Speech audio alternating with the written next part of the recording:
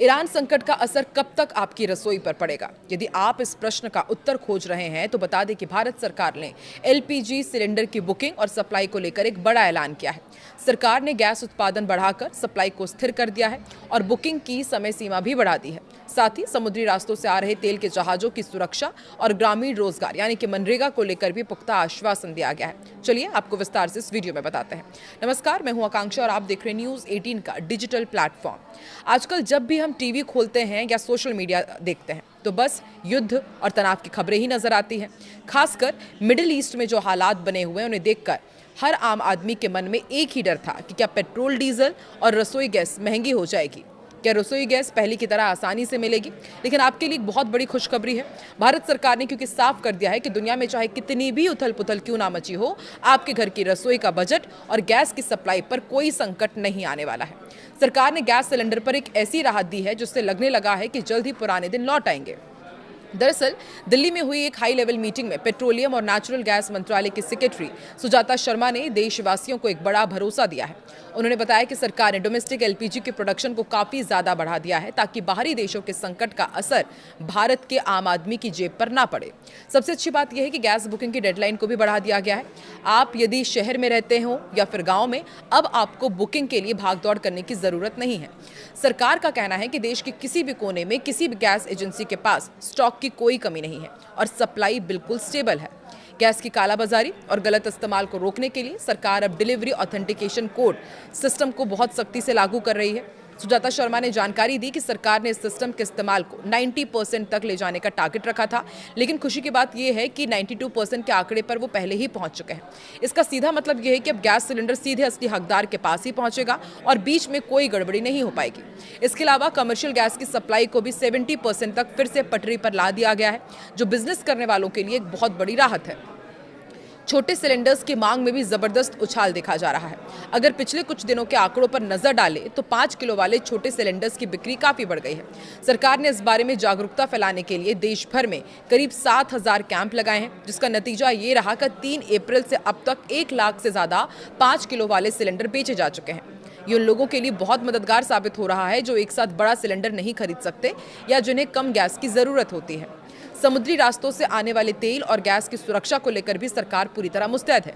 Shipping मंत्रालय के director Mandeep Singh Randhawa ने एक बड़ा अपडेट दिया और बताया कि भारत का जहाज देश गरिमा जो 97,000 मीट्रिक टन कच्चा तेल लेकर आ रहा है, बिल्कुल सुरक्षित है। ये जहाज हाल ही में हॉर्मुज से बिना किसी रुकावट के गुजर चुका है। हालांकि पिछले 48 घंटों में उस इलाके में गोलीबारी की कुछ घटनाएं हुई थी, जिसमें भारत के 2 जहाज सनमार हेराल्ड और जग अर्नव भी आसपास थे। लेकिन अच्छी बात यह है कि किसी भी क्रू मेंबर को कोई चोट नहीं आई और सब सुरक्षित हैं। विदेश मंत्रालय भी इस पूरी स्थिति पर पैनी नजर बनाए हुए हैं। एडिशनल सेक्रेटरी असीम आर महाजन ने बताया कि खाड़ी देशों में रहने वाले भारतीयों की सुरक्षा सरकार की पहली प्राथमिकता है। इसके लिए एक स्पेशल कंट्रोल रूम बनाया गया है जो 24 घंटे काम कर रहा है। सरकार हर राज्य और केंद्र शासित प्रदेश के संपर्क में है ताकि किसी भी इमरजेंसी की स्थिति में तुरंत मदद पहुंचाई जा सके। इसी सिलसिले में national security advisor Ajit Doval ने भी सऊदी अरब का दौरा किया और वहां के बड़े मंत्रियों से क्षेत्र के हालातों और भारत के रिश्तों पर लंबी चर्चा की है। ग्रामीण इलाकों में रहने वाले लोगों के लिए सरकार ने एक बहुत जरूरी बात कही है। रूरल डेवलपमेंट डिपार्टमेंट के जॉइंट सेक्रेटरी अमित शुक्ला ने भरोसा दिलाया कि दुनिया में चाहे जो भी अनिश्चितता हो, गांव के विकास के लिए फंड की कोई भी कमी नहीं होगी।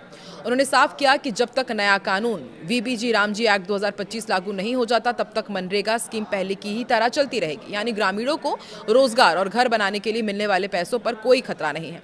कुल मिलाकर देखिए तो सरकार ने हर मोर्चे पर तैयारी पुख्ता कर ली है, चाहे वो गैस की सप्लाई हो, समुद्री रास्तों की सुरक्षा हो या फिर गाँव का विकास। आम आदमी को घबराने की कोई जरूरत नहीं है।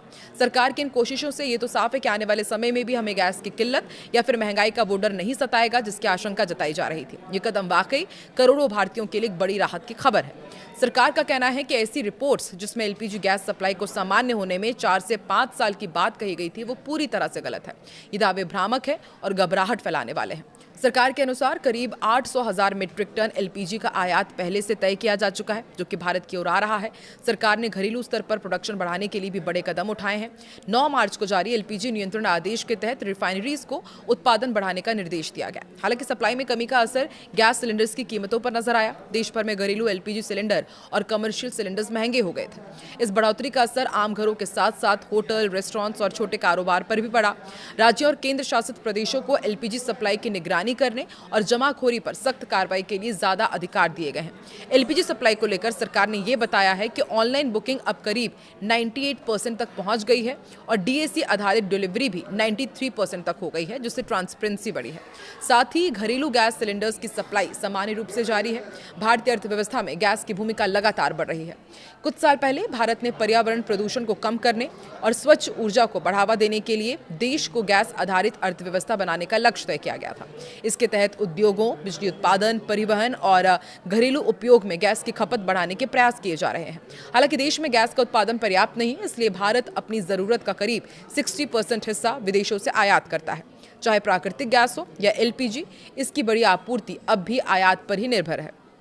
न्यूज़ 18 के रिपोर्ट्स के मुताबिक भारत का प्राकृतिक गैस आयात साल 2024 में लगभग 35,000 घन मीटर तक पहुंच गया था, जो पिछले साल की तुलना में थोड़ा कम रहा। हालांकि इस वर्ष की शुरुआत में ईरान और अमेरिका के बीच तनाव और युद्ध जैसी स्थिति के कारण समुद्री ट्रांसपोर्ट और सप्लाई चेन जरूर प्रभावित हुई है और इसके चलते वैश्विक स्तर पर गैस की आपूर्ति बाधित हुई है। भारत के आयात में भी गिरावट देखने को मिली है। भारत अपनी अधिकांश प्राकृतिक गैस कतर, संयुक्त अरब अमीरात और संयुक्त राज्य अमेरिका जैसे देशों से आयात करता है। कतर स्थित बड़े संयंत्र के बंद हो जाने से गैस की जो कमी पैदा हुई है, उसे पूरा करने के लिए भारत अब वैश्विक बाजार में आई कीमतों में गिरावट का फायदा उठा रहा है। इसी के साथ देश अन्य आपूर्ति स्रोतों से नए सौदों पर भी विचार कर रहा है, ताकि मांग और आपूर्ति के बीच संतुलन बना रहे। कुल मिलाकर युद्ध और वैश्विक संकटों के कारण गैस की आपूर्ति पर असर पड़ा है, लेकिन हाल ही में कीमतों में आई गिरावट से भारत को कुछ समय के लिए राहत जरूर मिली है। ऐसे में भारत को इस अवसर का सही उपयोग करना चाहिए और भविष्य में स्थिर तथा सुरक्षित गैस आपूर्ति सुनिश्चित करने के लिए लॉन्ग टर्म योजनाएं बनानी चाहिए। आपको क्या लगता है, आने वाले दिनों में क्या गैस आपूर्ति इसी तरह से सुगमता के साथ आगे बढ़ती रहेगी और आपके शहर में गैस की सप्लाई किस तरीके से हो रही है, वो भी आप कमेंट करके जरूर बताएं।